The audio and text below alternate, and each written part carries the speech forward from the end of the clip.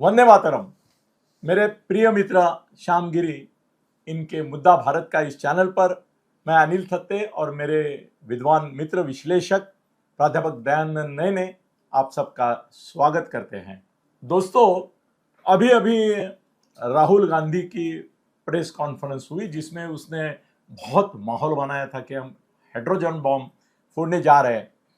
असल में तो खुदा पहाड़ निकला, चूहा भी नहीं, झिंगुर निकला, ऐसी अवस्था है। मगर मैं चाहता हूं कि खाली उसको गाली देने से काम नहीं चलेगा। वो कैसे एक बीमार मानसिकता का प्रतीक है, ये पुरावे के साथ सिद्ध करना होगा। तो उसके लिए प्राध्यापक दयानंद नयने जी से और अच्छा कोई विश्लेषक समीक्षक नहीं हो सकता। इसलिए आज मैं उनके ऊपर ये जिम्मेदारी सौंप रहा हूं। सर, राहुल गांधी की पूरी पोल खोल दीजिए। आइए। नमस्ते।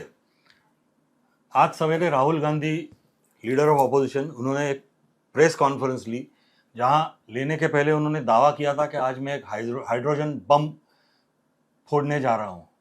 वास्तव में उन्होंने हाइड्रोजन बम भी कुछ भी नहीं, मराठी में हम लोग कहते हैं एक लवंगी माड़, फुसका बार, फुसका भी एक बार, फुसका बार बोलते हैं, तो वो तोड़ा उन्होंने वहाँ पे। और ये जो उन्होंने वहाँ पे वक्तव्य किया, वो गए, आप YouTube पे जाएंगे या तो गूगल करेंगे तो आपको दिखेगा गत 15 दिन में जो वो बकबक करते आए हैं वही बकबक आज उन्होंने मीडिया के सामने फिर एक बार की। फर्क सिर्फ इतना था, आज वो युवा पीढ़ी को संबोधित कर रहे थे इन सब के इसमें, और जो सो कॉल लौंगी मार उनकी जो आज उन्होंने उस लौंगी फटाका जिसे कहते हैं उसका उन्होंने फोड़ा, उसमें उन्होंने आरोप किए कि 2023 साल के कर्नाटका चुनाव के वक्त कर्नाटका में वोट चोरी हुई, और वोट चोरी इस बार एडिशन ऑफ वोट्स की नहीं हुई उन्होंने बताई, जो गत प्रेस कॉन्फ्रेंस में बताई थी। पर उसके बाद में इलेक्शन कमीशन ने उनकी पोल खोल दी कि उन्होंने बता दिया कि एडिशन जो हुए थे वो क्यों हुए थे, कैसे हुए थे, और वो ऐसे कभी कभी अलग अलग जगह पे हो सकते हैं। तो उसका जवाब नहीं था राहुल गांधी के पास। सर, ये एक आप बोलते समय मेरे मन में आया कि ईवीएम की तरफ जो इशारा था वो बदली करके अभी डिलीशन और एडिशन में आ गया। डिलीशन और एडिशन ये बड़ा क्रांतिकारक मुद्दा हो गया। ईवीएम का बात ही नहीं किया, बात ही नहीं किया उसने। चलो, अच्छा, आज उन्होंने कहा कि कर्नाटका की आयन नाम की एक कॉन्स्टिट्यूएंसी है, वहां से 6018 वोट डिलीट हो गए, और वो डिलीट कैसे हुए उसका हमारे पास 100% प्रूफ है। ये बताते हुए उन्होंने कहा कि उन्होंने कुछ पिक्चर्स दिखाए वोटर लिस्ट के, और उन्होंने कहा कि यहाँ के 12 वोट ये कोई शिव कुमार या ऐसे कोई नाम बताया उसने डिलीट किए, यहाँ के कुछ वोट कोई दूसरा नाम बताया उसने डिलीट किए, और जो बीएलओ था या बीएलओ थी उसको उसका कोई सगा था उसका भी नाम डिलीट हो गया है।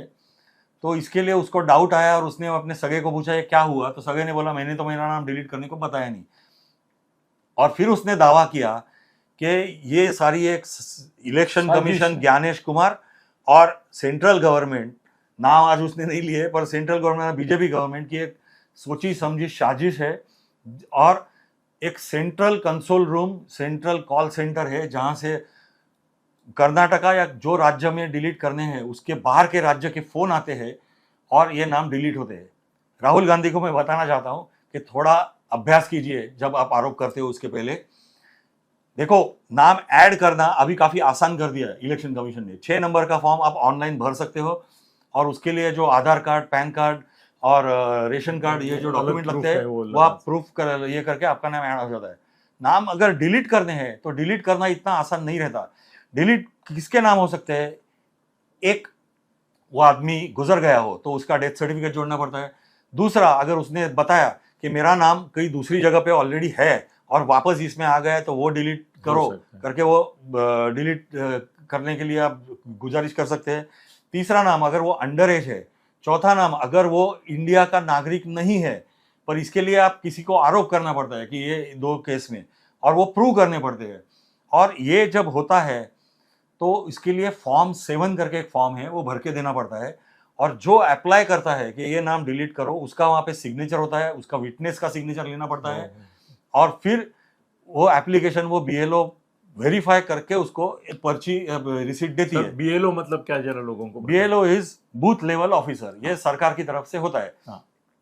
अभी देखिए, ये बोलता है कि ऑनलाइन डिलीशन हो गया और फोन पे इंस्ट्रक्शंस आ गए, तो फोन के इंस्ट्रक्शन के ऊपर कभी कुछ होता नहीं है। ऑनलाइन जब भी इंस्ट्रक्शंस आती है तो ऑनलाइन आप जब डिलीशन का भी फॉर्म भरते हो तो उसका प्रिंट आउट लेके वो इलेक्शन कमीशन के पास जाके आपको देना पड़ता है। और वो फिजिकल भी उसका प्रिंट आउट लेके मैंने ये फॉर्म दिया है। इलेक्शन कमीशन ने जो एक्सप्लेनेशन दिया, वो ऑनलाइन डिलीशन हो ही नहीं सकता है, मैं वही कह रहा हूँ। सही बोले वो, बिल्कुल आप जो बोल रहे हैं वही वो उन्होंने बोला। तो ये सारा असंभव है, और राहुल गांधी जो कर रहा था आज, वो पूरी बकवास था। एक भी चीज का अगर उसको पूछा कि वो जो बोल रहा है मेरे पास 100% प्रूफ है, वो एक 100% का 1% का भी प्रूफ नहीं दे पाएगा।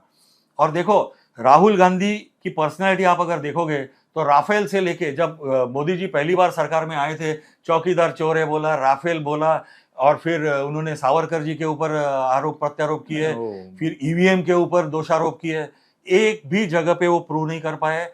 उल्टा सुप्रीम कोर्ट की फटकार खाने के बाद हर वक्त उसको माफी मांगनी पड़ी है। तो राहुल गांधी का पर्सनैलिटी मैंने ये किया हुआ है। अंग्रेजी में हमने काफी बार फ्रेज सुनी होगी, ओसीडी। ये आदमी को ओसीडी है। ओसीडी का मतलब क्या होता है? Obsessive compulsory disorder. तो ये एक रोग है राहुल गांधी को, मानसिक रोग है। जब वो मुंह खोलते हैं तो झूठा बोलने का और बीजेपी के खिलाफ आग पाखड़ जिसे कहते हैं वो करने की, गाली गलौज करने की, और जितना झूठ बोलना चाहे उतना बोल के लोगों को उकसाने का। तो ये जो मानसिक डिसऑर्डर उनको है, उसके लिए मेरी उनके रिक्वेस्ट है कि आप डॉक्टर के पास जाओ। और आपकी रियली आई एम सेइंग, क्योंकि ऐसा मानसिक दृष्टि से दुर्बल आदमी कभी कभी समाज के लिए विरोधी पक्ष नेता है, ये घातक है, समाज के लिए घातक है। और दूसरे, जो ये चीन के पास जाके उसने कुछ समझौते वगैरह किए हैं, क्या मालूम कौन सी मानसिक स्थिति में उसने किए होंगे, क्या ब्रेन वॉशिंग में उसने किए होंगे, और वो राष्ट्रीय सुरक्षा के लिए एक बड़ा धोखा हो सकता है कल। तो उसने डॉक्टर के पास जाके खुद की जांच करने की बड़ी आवश्यकता है। Yes sir. दोस्तों, ये मामला राहुल गांधी का जो है, वो मुझे लगता है कि अभी वो बोल रहा है 2 महीने के बाद हाइड्रोजन बॉम्ब वगैरह, मगर वो बिहार का इलेक्शन जब तक डिक्लेयर नहीं होता है तब तक ये हाइड्रोजन बॉम्ब की बात है। मैं वो हाइड्रोजन बॉम्ब भी सर पता लग चुका है। मेरे एक मित्र ने जो कांग्रेस में है, उन्होंने बताया कि ये हाइड्रोजन बॉम्ब और कुछ नहीं है, वाराणसी कॉन्स्टिट्यूएंसी जो है लोकसभा की, वहाँ पे 17,600 वोट डिलीट कर गए हैं और 35,000 ऐड हो गए हैं। हाँ। वही वो बताने वाला है। और उसका आज उसने ट्रेलर जो दिखाया वही इतना बोगस है कि वहाँ उसको क्या करना है, वाराणसी का दाखला दे के ऐसा बोलना है, हाँ डायरेक्ट मोदी पे मैंने अटैक किया, तो उसका बम आज ही मैं फोड़ देता हूँ कि इससे सिवा और कुछ नहीं हो। और ये बकवास है। ये संजय राउत एक बार बोला था कि ये हाथी का ये करने वाला सुअर है। कौन बोला था? संजय राउत। आज उसकी साइड लेगा क्योंकि उसके पार्टी में है, इंडिया आघाड़ी में है करके, मगर यही उसकी लायकी है और ये गंदगी फैलाने का काम कर रहा है। इससे देश को सावधान होना चाहिए, क्योंकि ये भारत का नेपाल करना चाहता है। बिल्कुल चाहता है। उसको राष्ट्रद्रोह के मामले पे सरकार को अरेस्ट करना चाहिए। बिल्कुल। एनीवे, जो सच था वो हमने आपके सामने रखा है। धन्यवाद।